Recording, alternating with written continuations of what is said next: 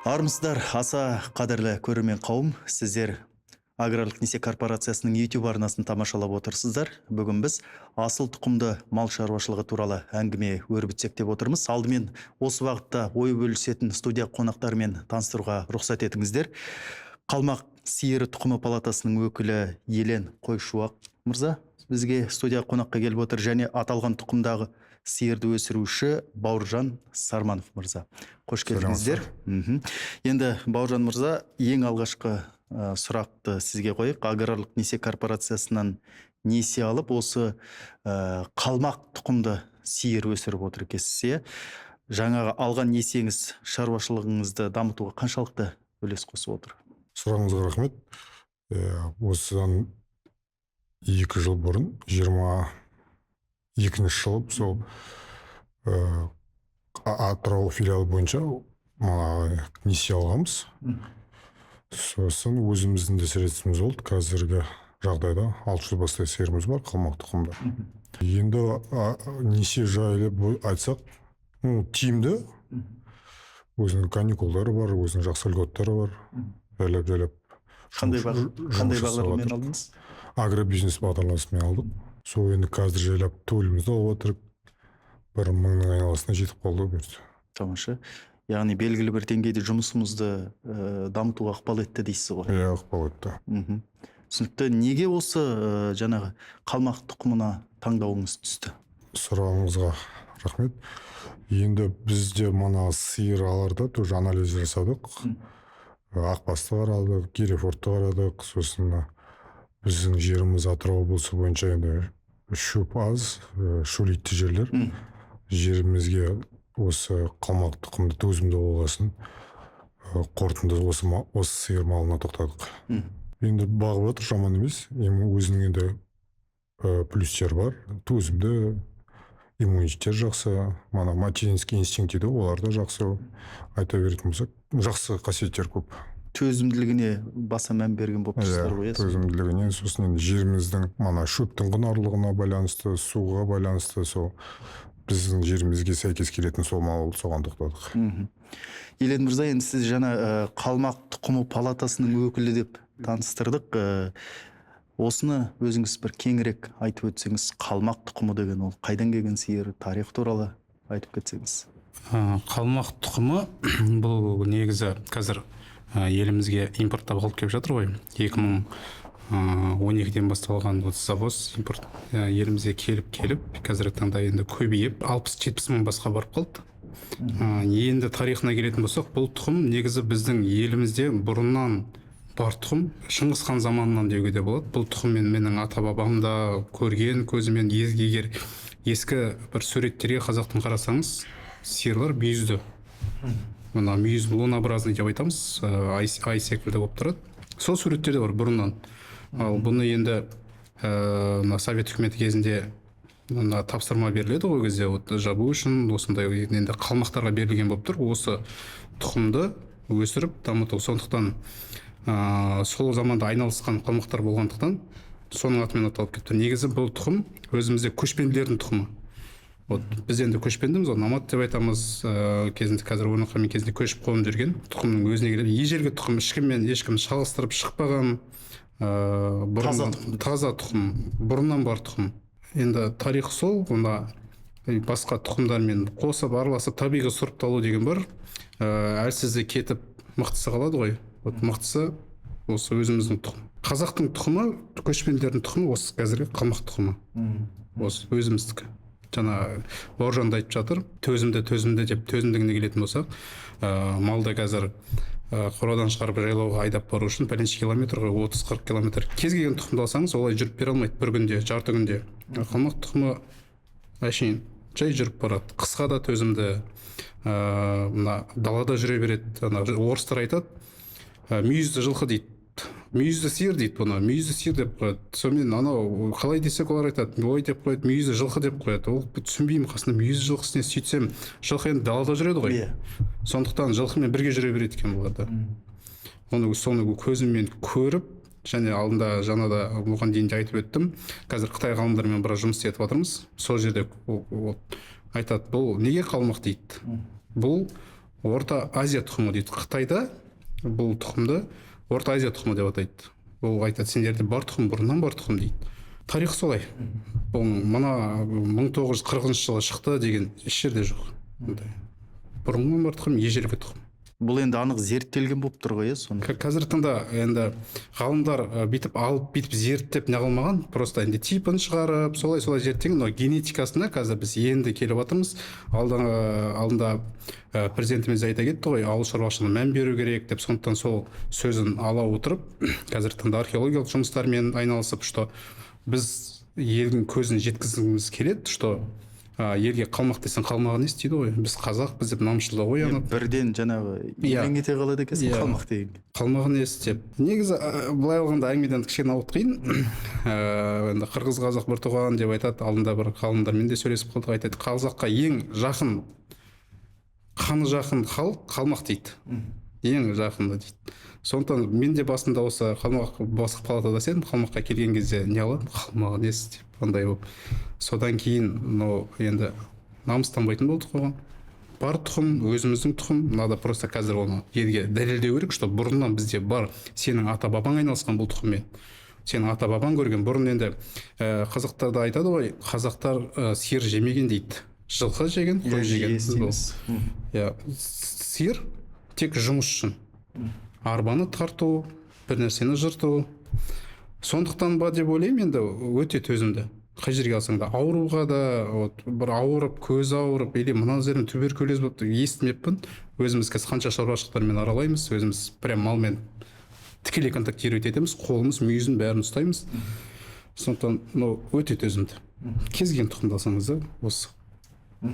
Бауыржан мырза, енді Атыраудың жағдайында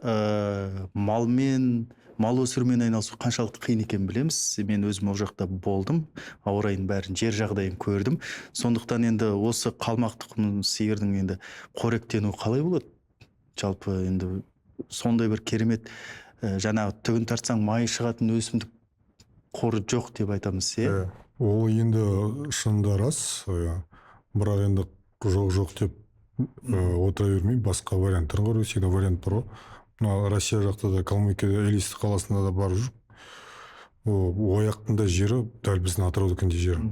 Барлық жерлерде жақсы да, тек Калмыкия, тек определенный осындай участок біздің Атыраудікіндей жер. Ояқта да қалмақтар дамытып жатыр. Атырау облысына келетін болсақ, жеріміз біздің кішкене Ақтөбе облысына жақын, жақсы жерлер де бар. Енді Ақтөбеге қарай кіретін болса, кішкене жақсы қорегі мол шөптер де бар, құнарлы. Сосын енді мана қорегін жинаймыз, шөп шабамыз, қыста енді слабый, мана әлсіз малдарға, төлдерге шөбімізді береміз, сондай. Әрине. Мен алдында былтыр бір шаруашылыққа барды, қыстың кезі.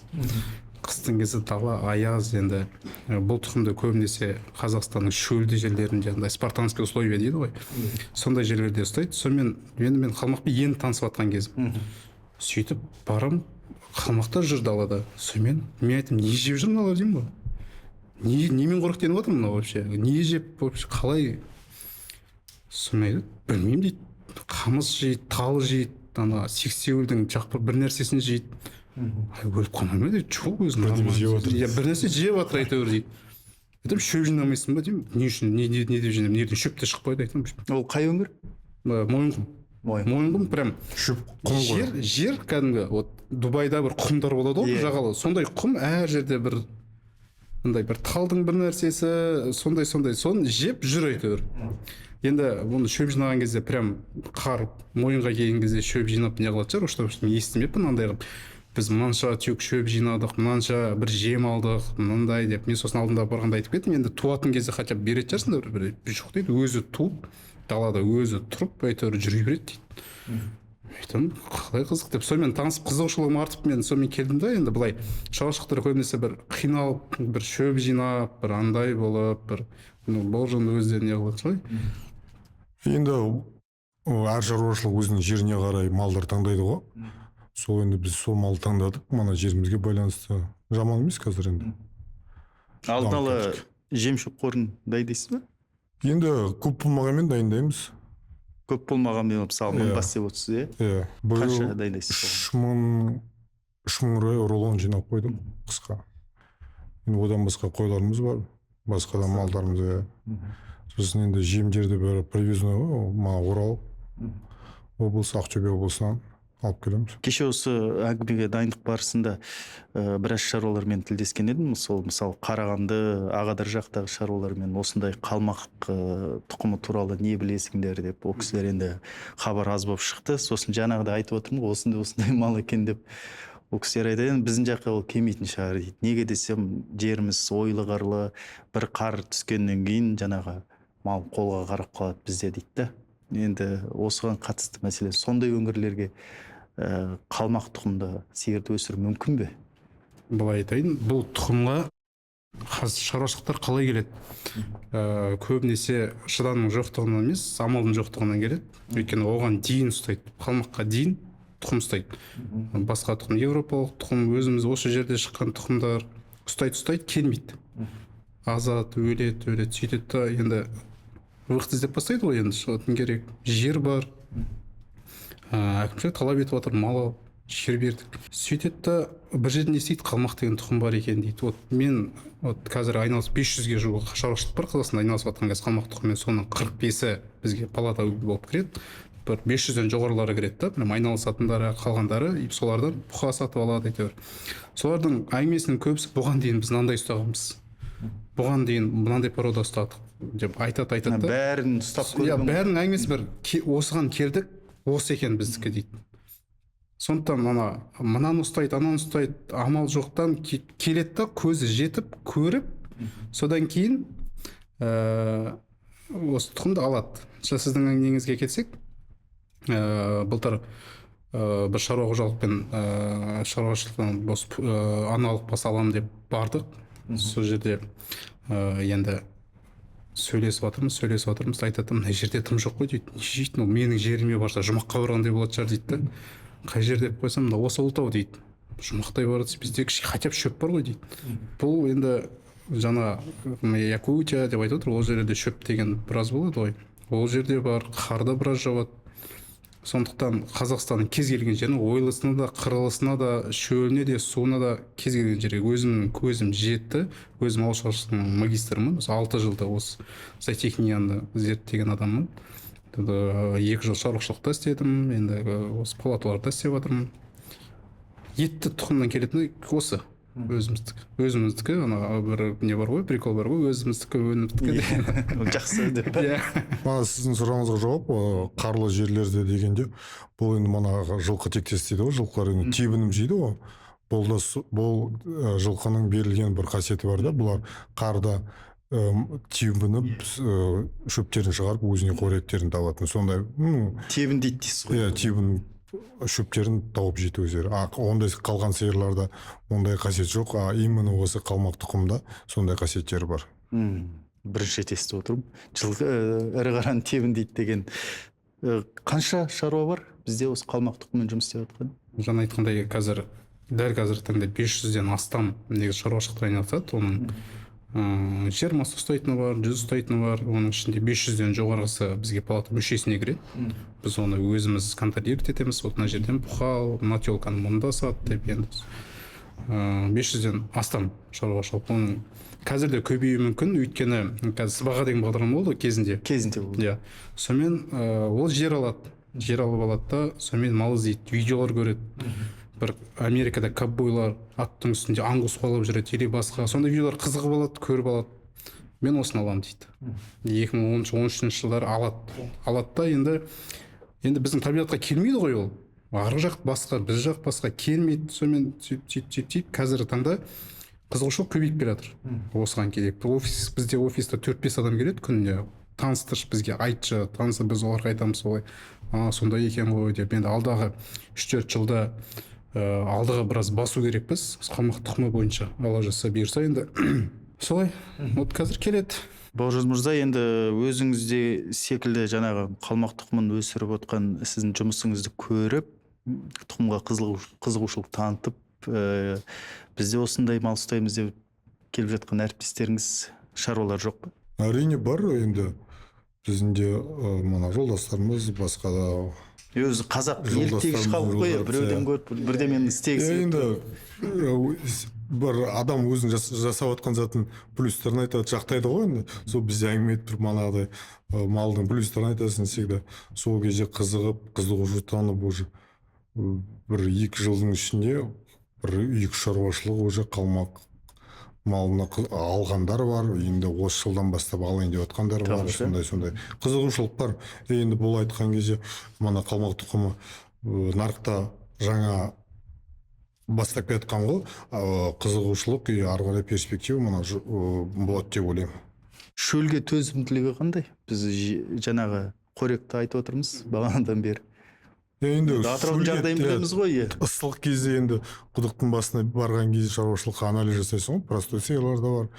Простой сиырлар ыстық кезде бір 40 литр ішетін болса, анау 15 литр аз-мұзын ішеді.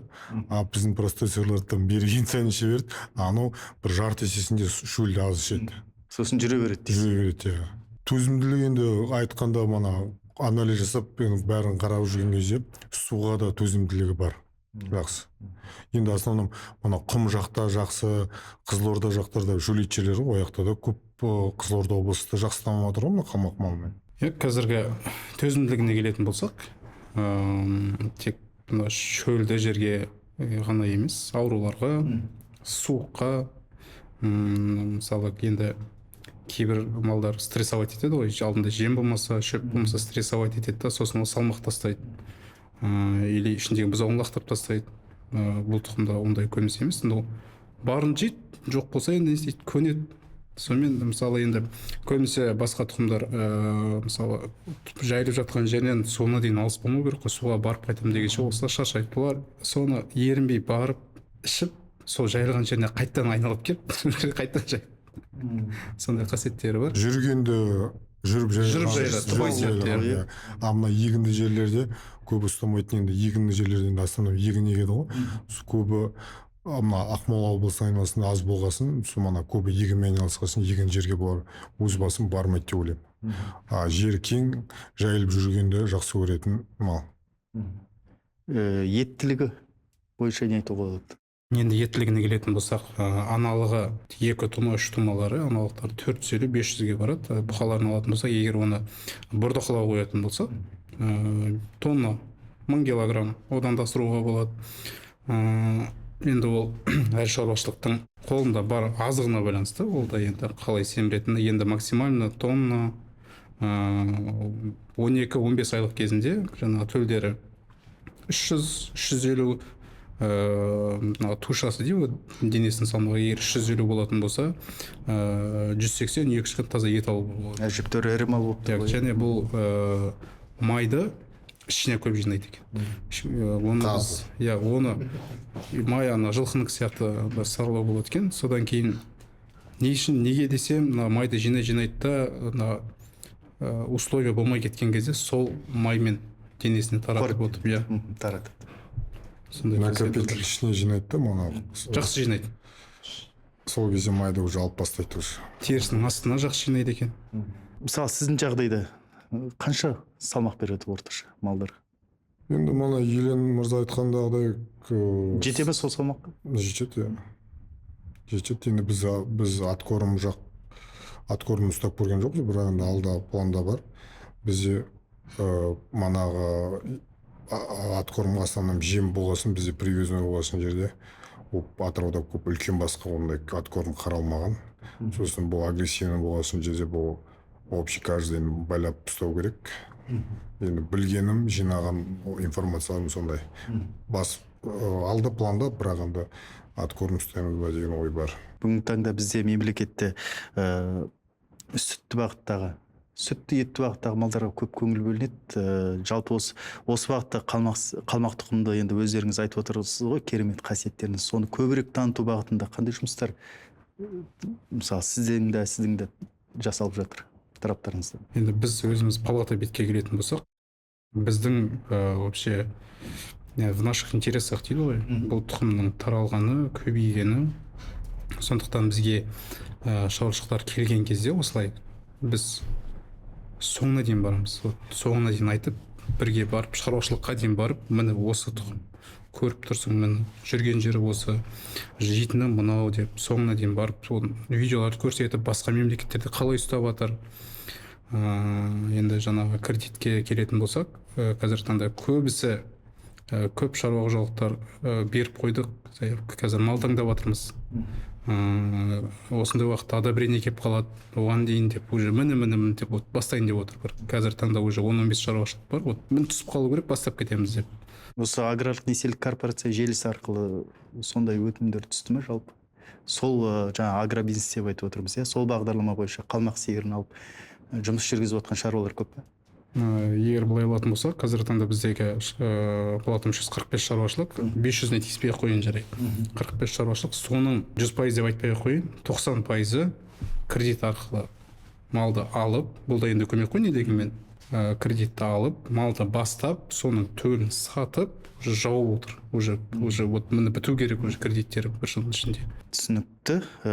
Олай болса, Елен мырза, Бауыржан мырза, уақыт тауып хабарымызға қатысқандарыңызға алғыс айтамыз. Жаңағыдай осындай керемет қасиеттерге ие мал тұқымы елімізде дами берсін, өсе берсін, көбейе берсін. Көп рахмет. Сізге де рахмет шақырғандарыңызға. Қадірменді көрермен қауым, сіздер Аграрлық несие корпорациясының YouTube арнасын тамашаладыңыздар. Келесі көріскенше аман сау болыңыздар.